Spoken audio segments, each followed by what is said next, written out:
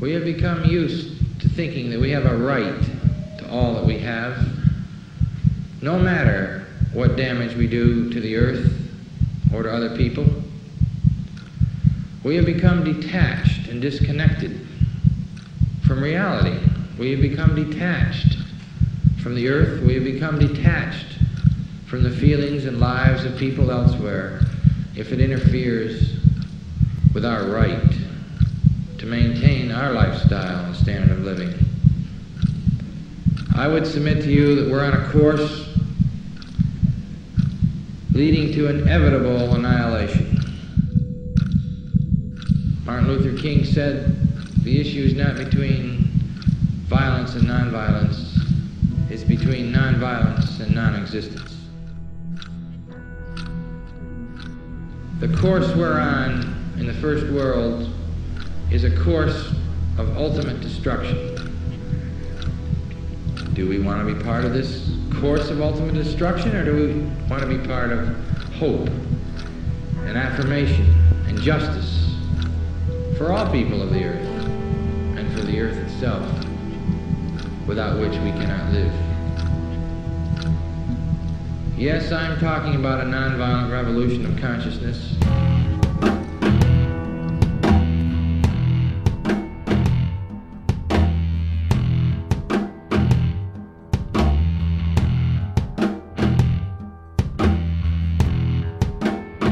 Everyone comes to a point in life in which we reflect upon those things that matter. There are some who choose to ignore the depth of this question, and there are others who follow this question into oblivion. Is it possible to walk the middle path, to ask these questions and yet embrace the possibility of never arriving at an answer? Is it possible to live our lives not in the absence of a corrupt world, but despite it? If you were asked to ponder the one thing that matters most in your life, what would it be? Security? Money? Success? Sex? Power? Have you ever considered why? Why we crave? Do we not have enough? What happens when we have all the money, all the security, all the success, sex, power, but haven't found peace? What happens if we gain the world without an ounce of love or appreciation? We end up only wanting more. The world can't give enough of itself, as if humanity is becoming a black hole devouring everything in its path. When we receive these things, our first instinct is to protect them from others. We distrust our neighbors because of them. We wage war to gain more of them. However, love is distinct from these. When love is present, our first instinct is to give back, to help those who long to truly be free, those who desire to give back, who desire to know love. But what happens if no one truly wants love anymore? What if no one desired freedom? What if the greatest epidemic known to man has already infected the entire species? A whole race of humanity conned into believing that slavery is freedom, that fear is love, that suffering is happiness. Would you be able to recognize it if it were happening right now? Ask yourself, is it? Is this the world we live in?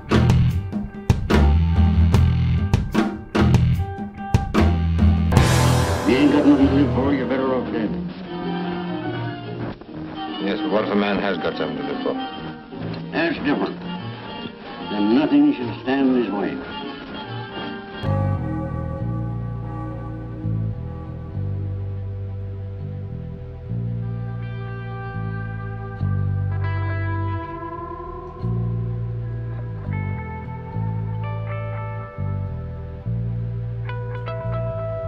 Anybody want to take a stab at answering that question? What is freedom? Well, let's take a look at the Oxford definition. The power or right to act, speak, or think freely, the state of being free. But that's kind of mechanical. I really don't like that definition. So what I did is I said, okay, well, what's the definition of a slave?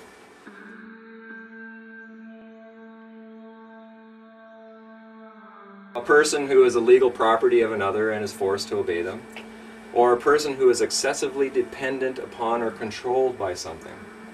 Okay? So if you're dependent on something, are you free? No. No. If you're controlled by something, are you free? No. No.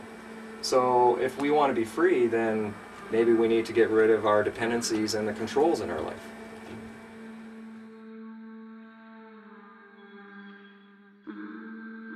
Rob, in the Pagé family, is an example of what happens when an average individual begins asking simple questions.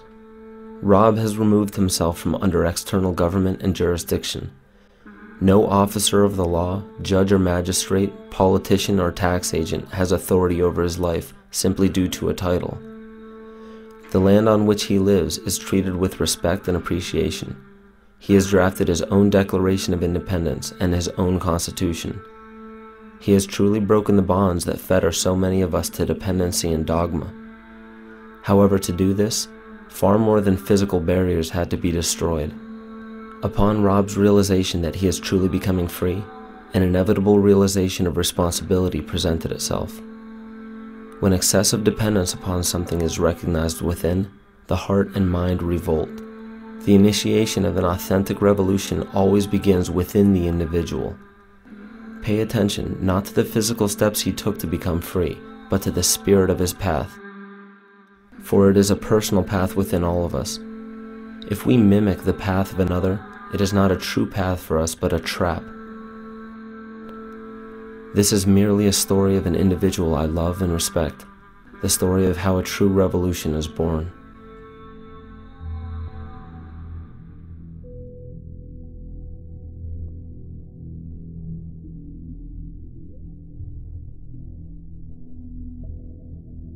With self-governance, I am 100% responsible and 100% accountable for everything that I say and do.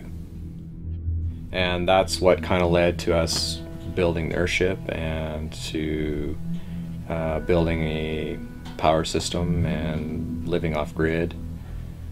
But when we talk about off-grid, it's not just the power grid that we're talking about. There's also the corporate grid.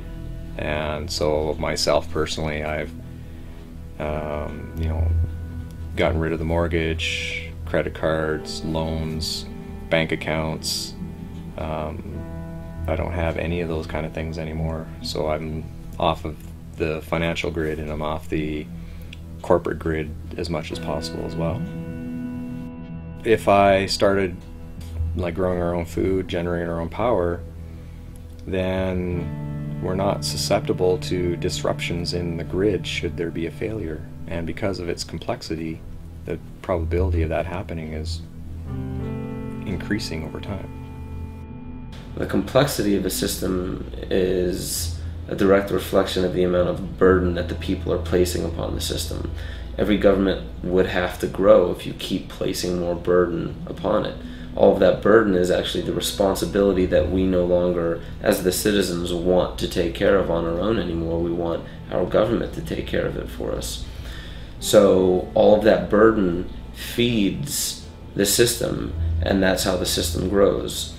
If a system is becoming faulty, if a system is becoming corrupt, that's because the foundation or the soil that that system has grown out of has become faulty and has become corrupt. So that's the first place that we need to start looking, is the foundation, the soil that this system grew out of. We need to start looking at the people.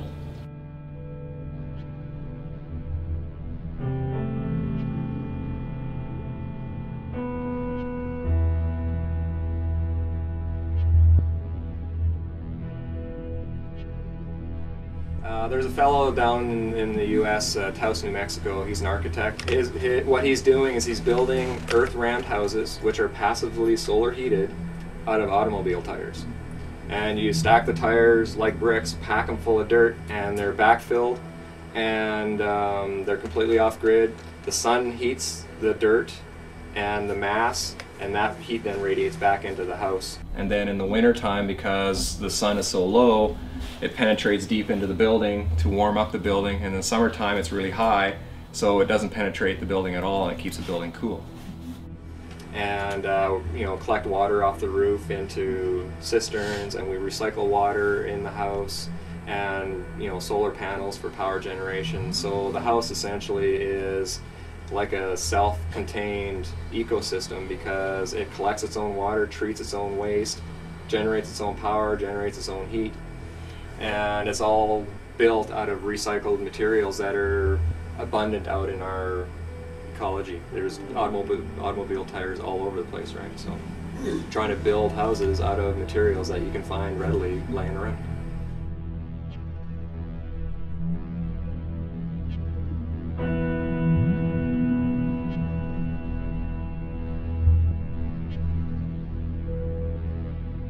My wife is studying to be a homeopath at the time, and she started recognizing that there are a few things that are going on in the medical industry that isn't necessarily good for us. And through the process of learning about some of the medical issues that we were learning through Carrie's education, it started to wake us up to some of the other things going on in our economy and in our political system and that kind of stuff. It's not a healthcare system, but a keep you sick system so that they can make lots of money through pharmaceuticals. I held on to crap in my life, and whether it's emotional or mental, and my body had a real hard time dealing with it. You know, I've since learned that it's holding on to that stuff is what causes cancer and, you know, all kinds of illnesses and distress on the physical body. So we decided to take our matters into our own hands and be responsible rather than react to what was going on. We decided to be proactive, and so we came out while the economy was at its hottest, and we sold everything, came out here. That all stemmed really from some of the things that Carrie was bringing back from her studying, and she brought this term natural person back from school and said, "Hey Rob, you know, have you heard of this?" No. So I started looking into it and realizing that there's this huge deception going on in the political arena, well, and the medical arena and the economy and all that kind of stuff too. But my initial reaction was I was extremely angry and upset. How dare they do this? You know, they're supposed to be there to protect us and guide us and help us, not manipulate us. And that's kind of started my road towards trying to understand their system and learn what human rights is all about and what freedom is all about.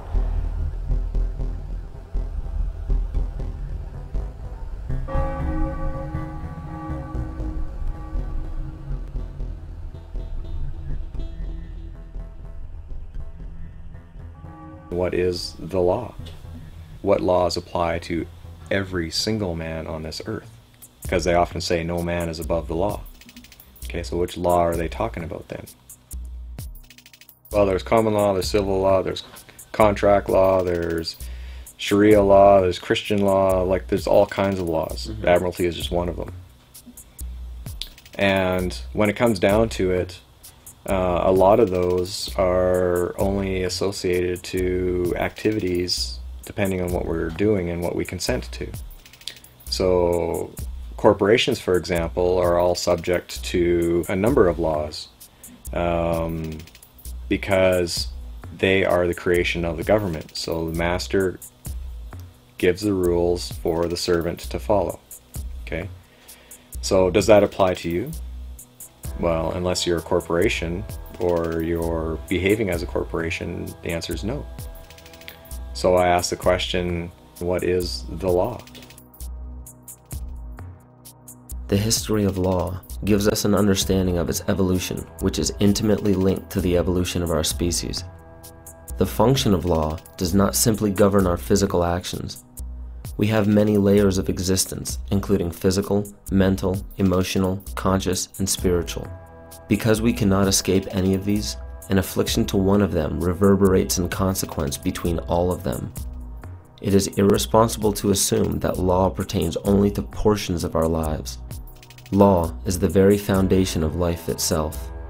All law forms today are based upon our consent. Should the people of today discover the important truth that we can say no at any time, we may find a revolution within the current system to be inevitable. Everything we are experiencing is the evolution of experience itself. This is why I can't say what the future should look like. The second I give a model for the future, there will instantly appear a rebellion against that model. And that rebellion is very important because the future is not about ending up with a beautiful result. It's about learning from the process and allowing that process to always welcome change. There are three fundamental stages to our evolution: childhood, adulthood, and parenthood or leadership. A child is typified by being dependent upon external support for food, protection, and health. In the animal kingdom, the transition from childhood to adulthood is complete when the child is no longer dependent upon others to be fed, protected, and kept in good health. We are a species of perpetual children today in our society. And as easy as it would be to blame the political, economic, and societal system that breeds dependent people, it is an inescapable truth that the entire system is a reflection of the condition of its people. Seldom do we see adults today in the sense that they can govern themselves, which means it is even less frequent that we see individuals fit for parenthood or leadership. The stage of parenthood and leadership comes when not only can we govern ourselves, but when we are ready and willing to help others become self-governing. The leaders of today are unfortunately nothing more than children with adult bodies wearing leadership clothes. Our entire species is being faced with a choice: govern the self or be governed by others.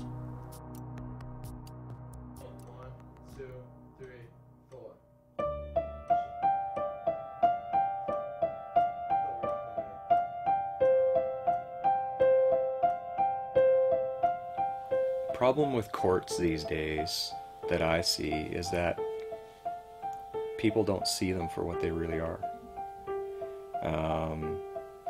I was raised to respect authority, follow the authority, and do as they say. And I think most people are brought up that way. What I've learned though is that authority is based 100% on our consent to being governed. And I found a Supreme Court ruling that says that the consent of the governed is a foundational principle of democracy. Now, what's consent? Does that imply that you have a choice whether you're going to agree to that or not? And I would suggest that the answer is yes. So we all have free will choice to consent to being governed. When we do that, then we've given them permission to use their authority over us. So when we used our free will to apply for or register for something, we gave them permission to create a corporation to interact between the man and the system. And it's that corporation that the system acts upon. But because we don't know who we are, we assume or we think that that is us. So when you take a look at your credit card or take a look at your driver's license or your birth certificate or any of that kind of stuff, a lot of people, and including myself, thought that that was actually me. And that's not true. So when the courts are acting upon it, all they can really act upon is the corporation. And the only reason they can act upon the man is because we agree to be the representative of that corporation and bind ourselves to the terms and conditions of that agreement. But we can say no at any time. Give the public the facts. They have a right to know. Got it? If you have those documents, such as licenses, registrations, permits, applications, that is your consent to being governed by certain guidelines, regulations, acts, stipulations, laws within that corporation, because you are asking for a service and they're saying, okay, as long as you follow these rules. you signed any of those contracts which are represented by a legal fiction set up in your name, then you yourself are bound by those rules, bound by those regulations, because you did that. You consented to being governed by that. So in order to remove yourself from that, you have to dissolve those contracts. Sometimes they make it seem mandatory that you must comply, and it's just the language that's being used. That's one thing you want to become very wary of, is the language that they use.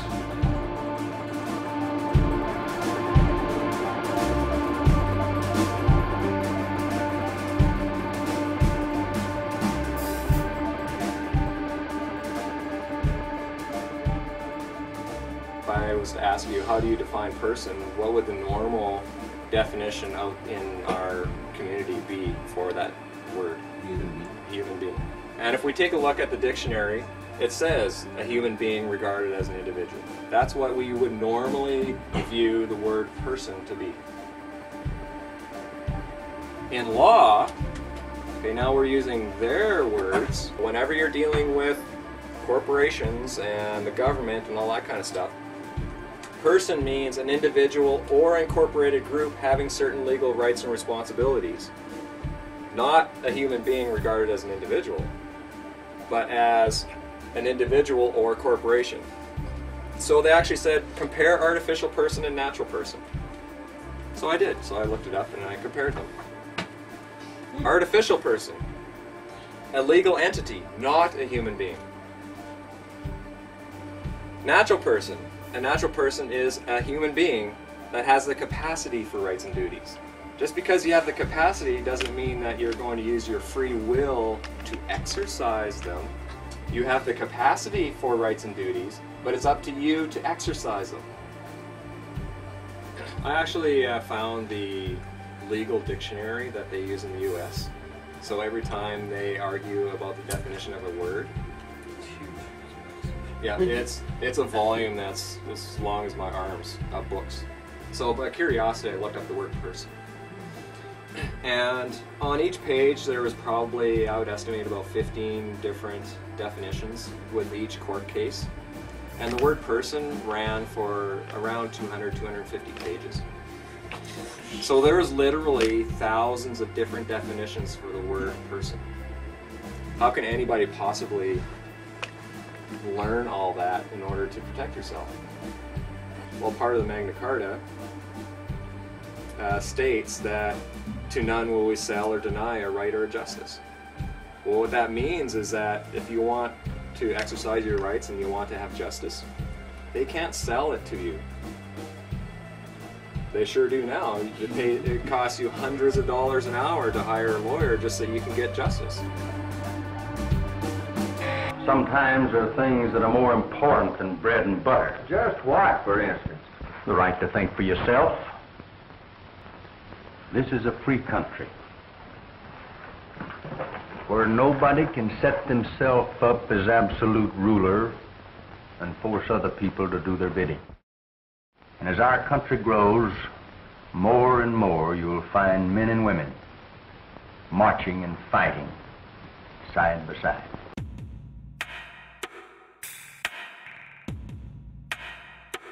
So at the Revolution, the sovereignty devolved on the people, and they are truly the sovereigns of the country. But they are sovereigns without subjects, with none to govern but themselves. The citizens of America are equal as fellow citizens. And this was a U.S. case in, what's the year, 1793. So every U.S. individual is sovereign if they knew about it and if they haven't got hooked into the corporate game that's being played down. So, a sovereign, a person, body, or state vested with independent and supreme authority. So, if you're sovereign, does that mean that somebody else has authority over you?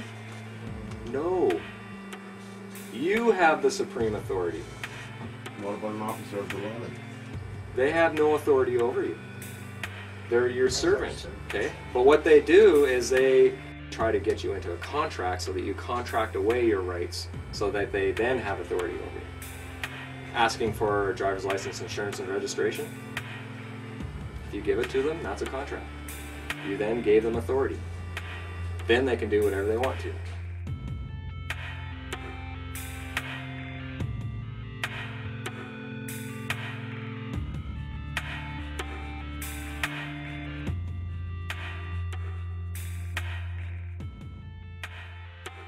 We elected to take responsibility and accountability for anything that should happen, as we should, because it's our building and we're building it. So we essentially went ahead with it and waited for the county to say something. About 3-4 months into the project, we received a letter. That letter essentially indicated that we noticed that there's some development.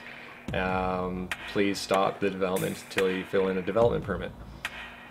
Well, I had been studying my human rights for a couple of years at that point, so I sent them a letter essentially outlining that I am an individual, not a person or a corporation, and that you don't have jurisdiction over anything that I do, and that your letter also indicated that if I sign this, you have permission to come on our property.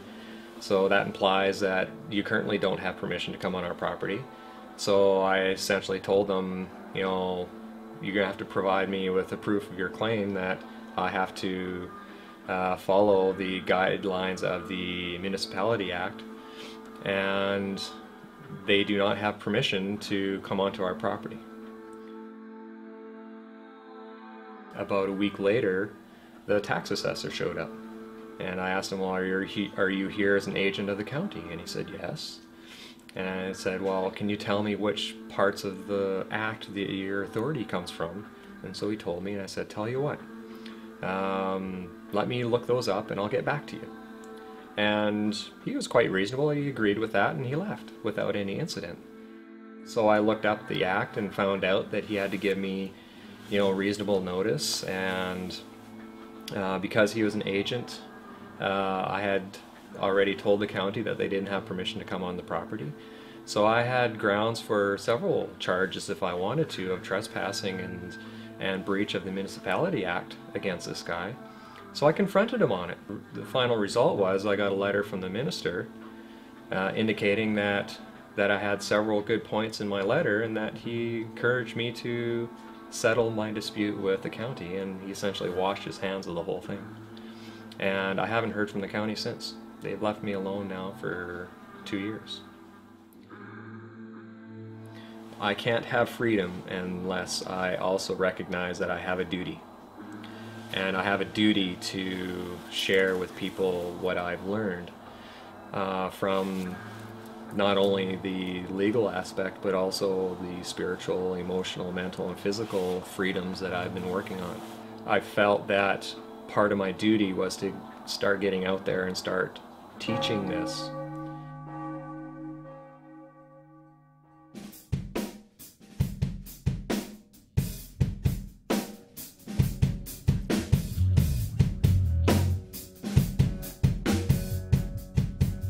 Petro. Yes, sir. Stand by for operation of the time machine. Yes, sir. Where to this time, Captain? Back to the year 1215 and King John of England. Yes, sir. Everybody's familiar with Robin Hood. King John, the tyrant, was actually real. The problem with King John is that he did not know how to fight a war, and he had no land to his name. So he ran to the Pope in 1213 and asked Pope Innocent III for some help. And what he did is he actually turned over the whole Kingdom of England to the Pope in return for support from the Pope so that he could fight his wars. So that little document essentially turned King John into the Pope's vassal, which means that he promised to be loyal to the Pope, and the Pope then owned everything in England. A couple years later, his barons cornered him and stuck a knife to him and said, you know what, we're not happy with the way you're treating us, we want you to sign this Magna Carta. But if I sign this, I shall be no king. You have given me 24 overlords. These 24 will see that you carry out the terms of the Magna Carta. You have no choice, King John, but to sign. So the Magna Carta was the basis of English law. That's right, Jet. And the basis of American law as well. The English Magna Carta became the model for the American Bill of Rights. This is the founding document for our human rights within our country, within Great Britain, within the United States, Australia, New Zealand, South Africa, any crown colony. Their legal systems are based on this document. But he was doing it at knife point. He's under duress. Is that a legal contract? No. So I have a question. If it was under duress and this is not a legal contract, then how can they possibly continue using this document as the basis for our legal system?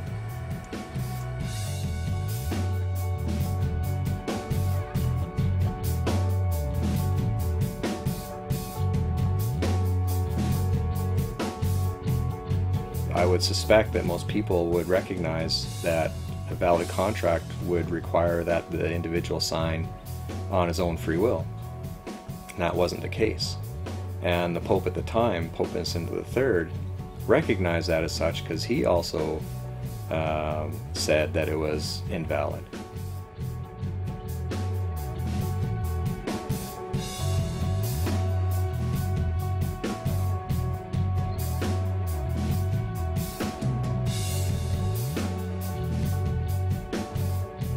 Kings of Europe decided, you know what, there's this huge piece of land just across the Atlantic Ocean, let's go get it.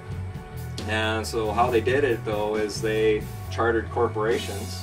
You know, the king set up a corporation and it was funded by the king and bankers and that kind of stuff, and they came over and they stuck the flag into the ground and say, you know, we claim this for the King of England, and set up shop and started dealing with the First Nations people that are here. And you know, I'm not going to go into all the atrocities that happened.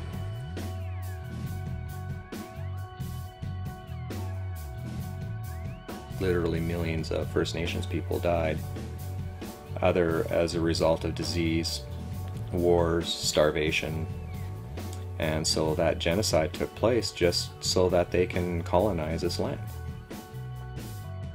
You know, it's a sad chapter in our history. But we also have to recognize that that's the past, and so let's move on and let's try to live in harmony with one another now without pushing our will against another, and try to come to terms with the things that were done in the past. It was essentially the corporation that came and conquered this country, or this land, I should say, not the country. They came and conquered this land. It was all corporations that came. Now that those corporations are here, people started coming over and started immigrating to what they thought was Canada or the United States. And then in 1867 they passed this thing called the British North America Act. Now, did the people here vote on this? No. This is a piece of legislation from Great Britain. That's all this is. The BNA Act is just legislation from the Parliament in Great Britain. But it was passed off on us as a constitutional document. In order for you to have a constitution, the people have to vote on the document, not the representatives in the legislature. This document merged all the colonies into one colony called Canada. That's all this document did. But it was passed off as forming a country. The people of Great Britain went and started traveling around the world and bringing their legal system with them. And even though the US declared their independence in 1776, they still based their legal system on British system. They're all based on that common law system, but there's also the Admiralty system that came with it. Representatives from, you know, Canada, Australia, South Africa, New Zealand, you know, all those got together with Great Britain and started talking about, okay, how can we really set things up so that we can be autonomous from Great Britain? And so they actually met for a couple years, 1926 and 1930, to formulate how this was going to work. And then the king then passed the Statute of Westminster, and that essentially broke the tie between Great Britain and Canada. Okay, the king is no longer a part of Canada. Canada is no longer affected by any statutes or regulations from Great Britain. Because the link to the crown was broken, technically we're in anarchy. We have no document to actually set up the framework for how our government is supposed to operate in this land. In '47, they wrote a letters patent creating the office of Governor General. The Governor General is the head of this country. We have been compelled to create a permanent armaments industry of vast proportions. 3.5 million men and women are directly engaged in the defense establishment. Now, this conjunction of an immense military establishment and a large arms industry is new in the American experience. We recognize the imperative need for this development, yet we must not fail to comprehend its grave implications. There's not one piece of territory or one thing of a monetary nature that we want out of this war. We want peace and prosperity for the world as a whole. Let's go through these words and let's see if you understand them now. Okay? Governor General. What's a general? Military. Lieutenant. More generals. What's a company? It's like 4 brigades of man and heavy equipment. An officer. Okay? The taxpayer is actually an officer who holds an office. Commission. How many here work for commission under a social insurance number? So you're actually a commissioned officer. Okay, so even some of the financial terms have military connotations. And it's all done under admiralty, which is military.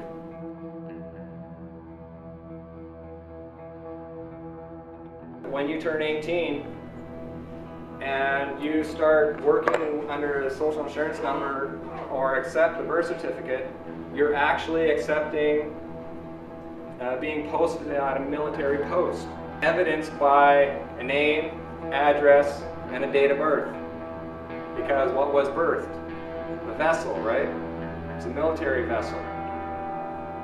So when you agree to be the legal representative of that military vessel, you agree to be manning that military post.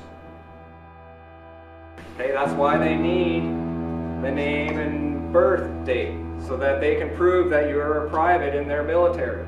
All of these documents, whether you're registering property or applying for driver's licenses, a birth certificate, all that kind of stuff, it's all in the public, which means it's all on the military side, and you're holding military offices when you have these documents on your possession. As long as you're manning a military post, technically you're at war. So, Clause 1 says, "We do hereby constitute." Who's we? I don't remember seeing any documentation that said the people of this land gave them permission to constitute that office. And the king doesn't have any authority here because the Statute of Westminster 1931 cut off all of that. So I have a question. Who's we? I suspect that it was Prime Minister Mackenzie King and all of his cronies. So how did all this happen? This guy here, our Prime Minister, Mackenzie King, I did some reading on him, and I found out he's actually really good friends with John D. Rockefeller Jr. And he actually spent a lot of time in New York. He actually consulted with him. Mackenzie King's a lawyer, and he was actually Rockefeller's lawyer, and actually helped him out with a lot of labor disputes that are happening in the States. So who signed it? Prime Minister of Canada. So our Prime Minister signed letters patent to create the office of Governor General. They needed to set up another office, so the Prime Minister did it. And I'm really curious to find out who was supporting him to do that. Because it wasn't the people and it wasn't the king. Even though he said by His Majesty's command. I question that too. Governor General's Act. You go to Canadian government website and you can actually look up the acts. Okay, you look up the Governor General's Act.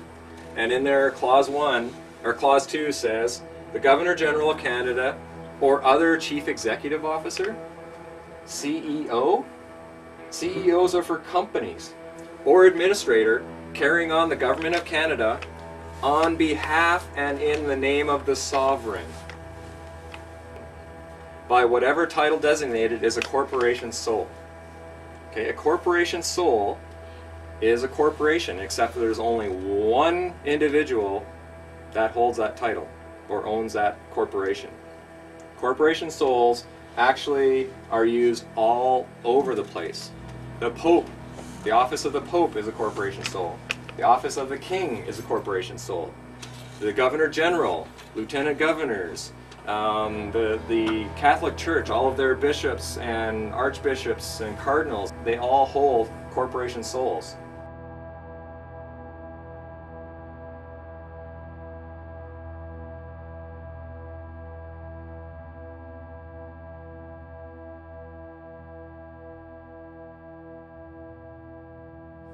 This was on the Governor General's website about 10 months ago.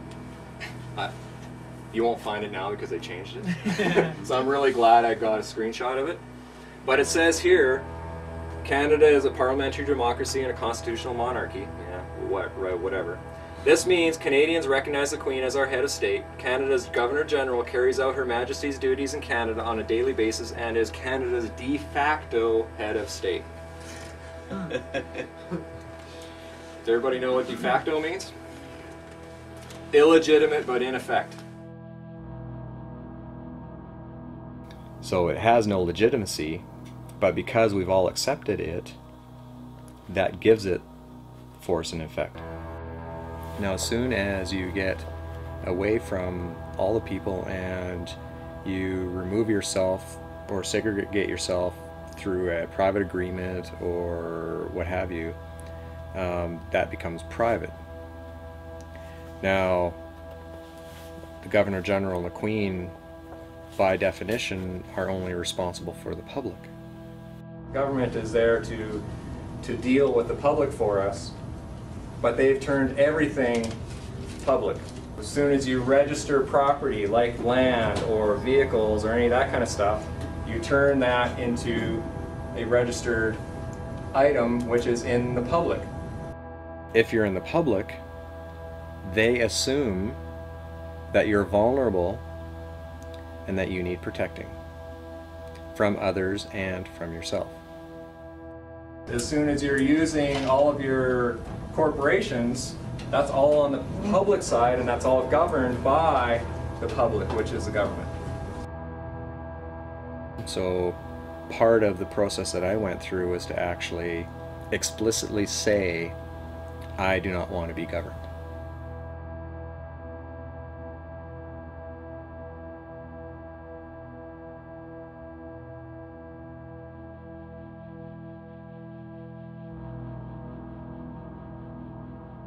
This is the fundamental rule of all forms of law.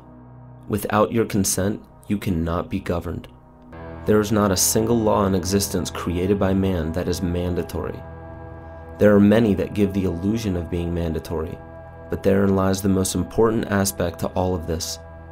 It is your responsibility to investigate and understand what governs you. Not just physically, but mentally, emotionally, consciously, and spiritually. There are tyrannical governments that force their law upon the people unjustly. Some do not have much of a choice to move away from these areas. However, most do have a choice, yet allow justifications to keep them exactly where they are. If we were on a train track just minutes away from being hit, most of us would move, yet some have the tendency to complain about how inconvenient it is to move. There is still a choice. Human ingenuity can surmount any obstacle. The only requirement is the desire to surmount. If we are willing to complain or rebel against the system that governs our actions, we should know how and why it does so. In doing this, it is important to understand who we are, where we are, and what options we have.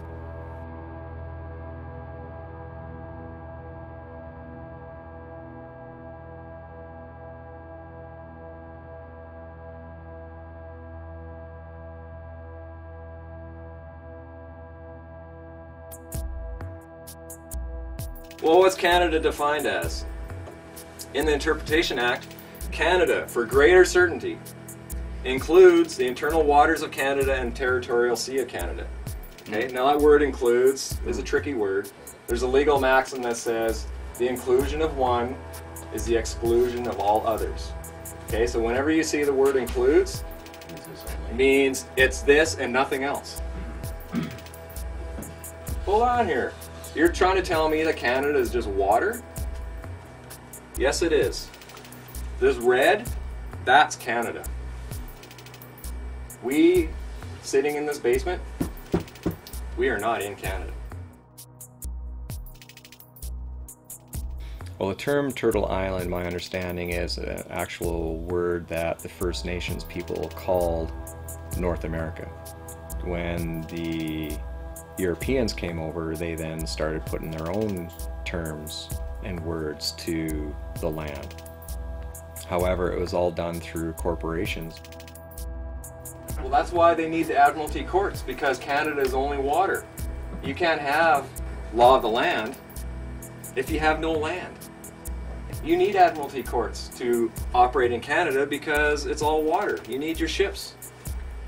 Okay. Everybody know where they fly the flag on the Parliament buildings in Ottawa?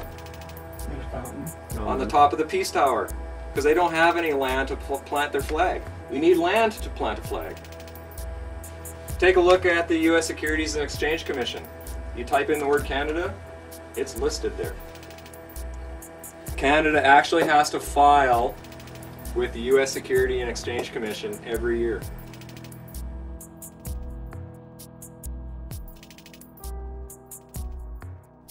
The Admiralty courts are set up to govern business between corporations, not people. The jurisdiction of Admiralty courts does not deal with human affairs. Only when humans, knowingly or unknowingly, represent a corporation by using licenses, registrations, certificates, and applications do they fall under Admiralty jurisdiction. It is a well-disguised fact that nearly everything we believe to be our country, our courts, our police departments, and even the documents that represent us as individuals are in fact corporations in the business for profit. Should you choose to remain a part of any of these corporations, it's important to understand that not only are you under their jurisdiction, but you do gain the benefits that they offer. The benefits in the agreement of becoming a citizen of any country is their protection. To be a citizen of any nation means that you have your citizenship. This ship is a vessel that contains your consent to be protected and governed by that nation.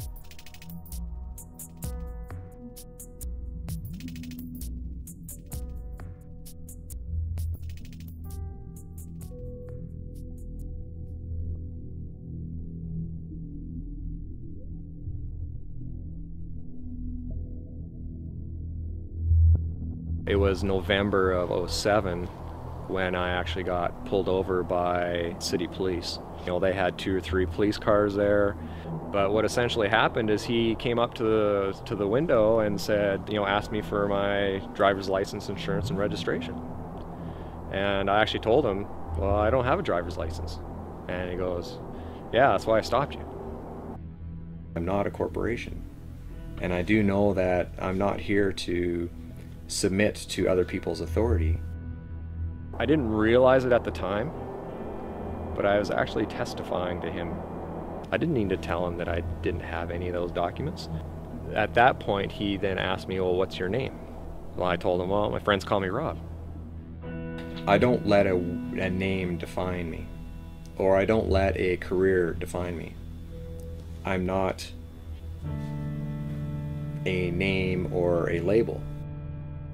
again, I was testifying. I didn't have to disclose to him my identity, but it was enough information for him to make the link between that name and the name that he has jurisdiction over, which is the artificial person that was on the driver's license that was expired. And that was grounds enough for him to proceed with filing charges of driving without a driver's license. And he essentially gave me to the count of 3 to accept these, or he would continue filing more charges and tow the vehicle. And I finally accepted under, I was extremely stressed out at that point because I didn't want to lose my property and that kind of stuff. So I accepted them and decided to deal with it through letters. Like if I was a judge, for example, and you walked in and claimed that you're sovereign, one of the things I'm going to look at is, okay, has this guy behaved like a sovereign? Did he, provide me with pre-notice and, try to resolve the issue before it even came to court? And was he honorable in his communications and his interactions with people? So at that point, I started a letter campaign, writing letters to him to ask him, for proof of claim of a whole bunch of things that he was claiming over me. And he essentially ignored all of those. So I showed up in court for the plea. Okay, now I know what the plea is all about, right? So I didn't go in there with all my books. I essentially went in there to essentially say, you know what, there is no harm done here. There's no cause for this court to be hearing. The judge wouldn't hear any of that. He kept asking me for the person, Robert Ernest Page, and I kept saying, well, I'm here on this behalf, because I'm not that person. I'm man. But he finally said to me, okay, you know what, I'm entering in a plea. Well, first off, that was probably a no-no on his part. And he told me to plead guilty. But he said that from the facts of the case, it didn't look like I had a chance. Then he told me, make sure that that person is in court. I was still nervous, I was still shaken and that kind of stuff, but I left court excited because I successfully got the judge to recognize me for who I am, not as that artificial person. But I still have court to deal with.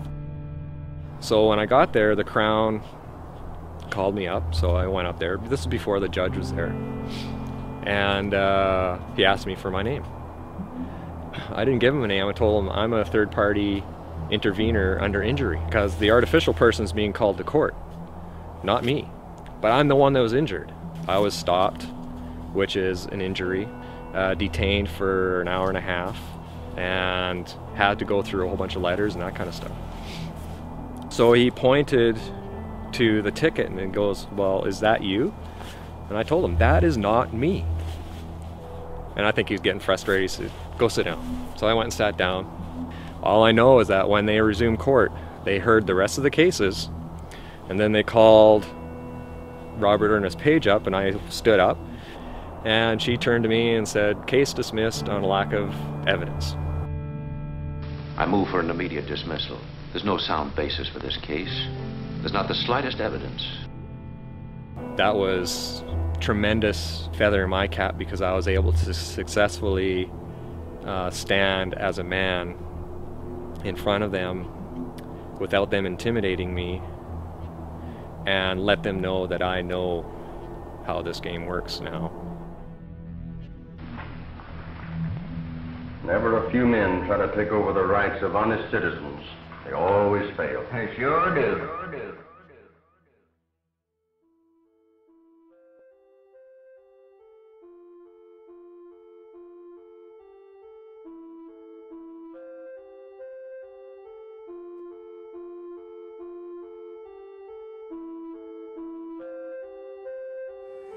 The created cannot be greater than the creator.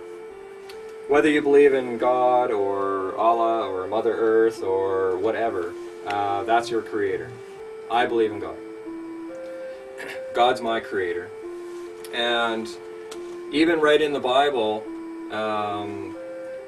Genesis 1:27 says God created man in his own image. Well, since man was created in the image of the divine king, delegated sovereignty or kingship was bestowed on him. So I believe that the Creator created each and every one of us as kings and queens. Okay? That means there's absolutely nobody between me and my Creator. Okay? If I have somebody in between, then I have more than one master.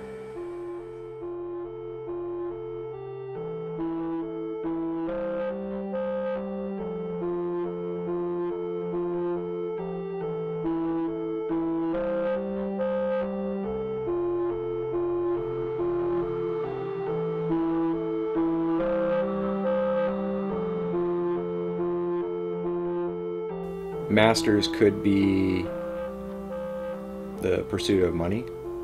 Money would be one master that I used to bow to. I would do anything for money. Other people, I used to submit myself to other people's authority without even question. Whether that be, you know, a teacher or politician or police or whatever. Does that mean I don't respect them? No. I honor them for who they are and what they're doing and the path and the journey that they're on.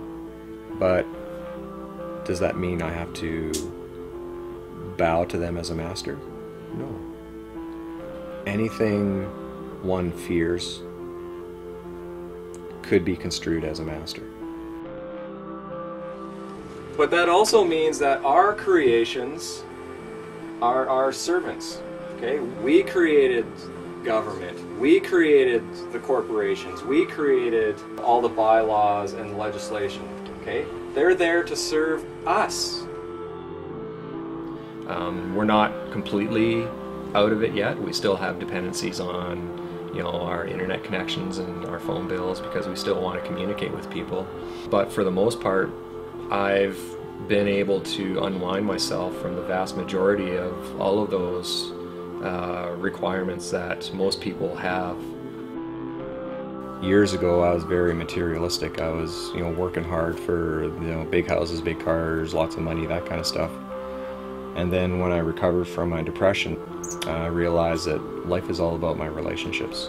Relationships with individuals like yourself, my friends and family, but also with relationships with my food or my environment. Sometimes I still struggle with that. You know, this is a journey. It's not something that's, you know, open a door, walk through, you're a changed man, and, you know, this is something I'll probably have to struggle with the rest of my life. Every once in a while I stumble, but I see it for what it is and forgive myself and just move on. And that whole entire process was a lot of hard work.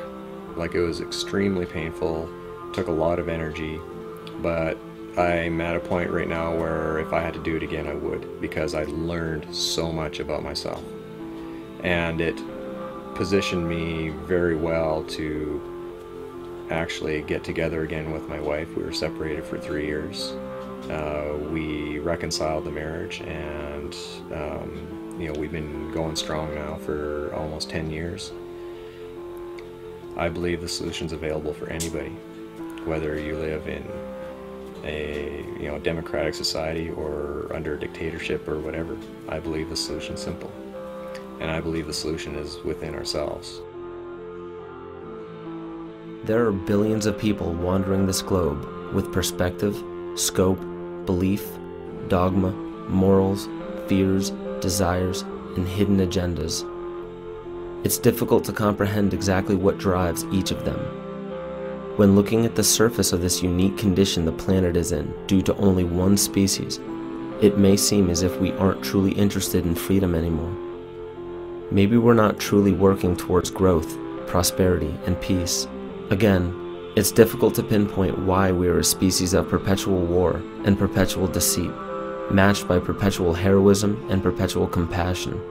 There is no one answer to explain it all, and yet even if there were, it wouldn't be the intellectual answer that we desperately want it to be.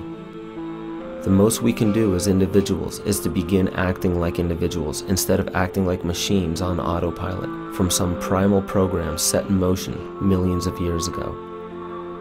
What would this planet look like if we took back the one power we consistently give away? Choice. Because there is always a choice. Good, bad, indifferent, there is always a choice. Love, fear, growth, decay, life and death, there is always a choice. And the picture-perfect ending or eternal struggle is but a consequence of the direction we choose to travel from here. So rather than looking at fear, right now, look at this as the moment of opportunity, because there's something so much better on the horizon, but we can only get there by eliminating the structure as it is now, because the structure as it is now is providing for our extinction. Let the word go forth from this time and place to friend and foe alike that the torch has been passed to a new generation born in this century, tempered by war, disciplined by a hard and bitter peace, proud of our ancient heritage, and unwilling to witness or permit the slow undoing of those human rights to which this nation has always been committed and to which we are committed today at home and around the world.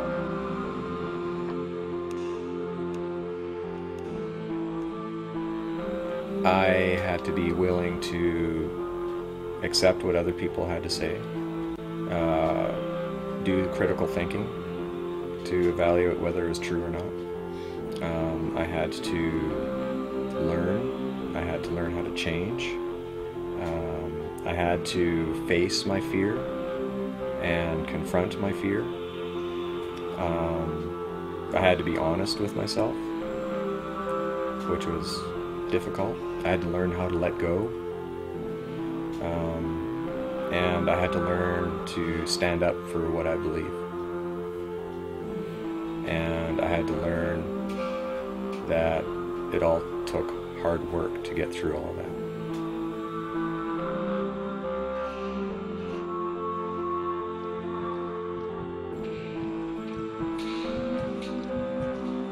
Yes, I'm talking about a nonviolent revolution of consciousness. A consciousness that is able to understand how we're all inextricably connected to each other on this earth and to the earth itself. And that if we violate those fundamental principles, we do so at our own peril.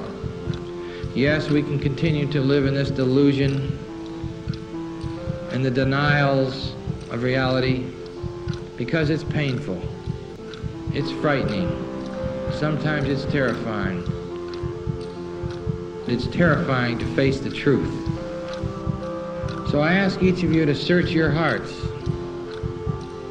as to what your truth is for being a citizen of the earth, promoting justice as a foundation for peace. It's not going to happen magically, and I think it's not going to happen by relying on these political structures and institutions.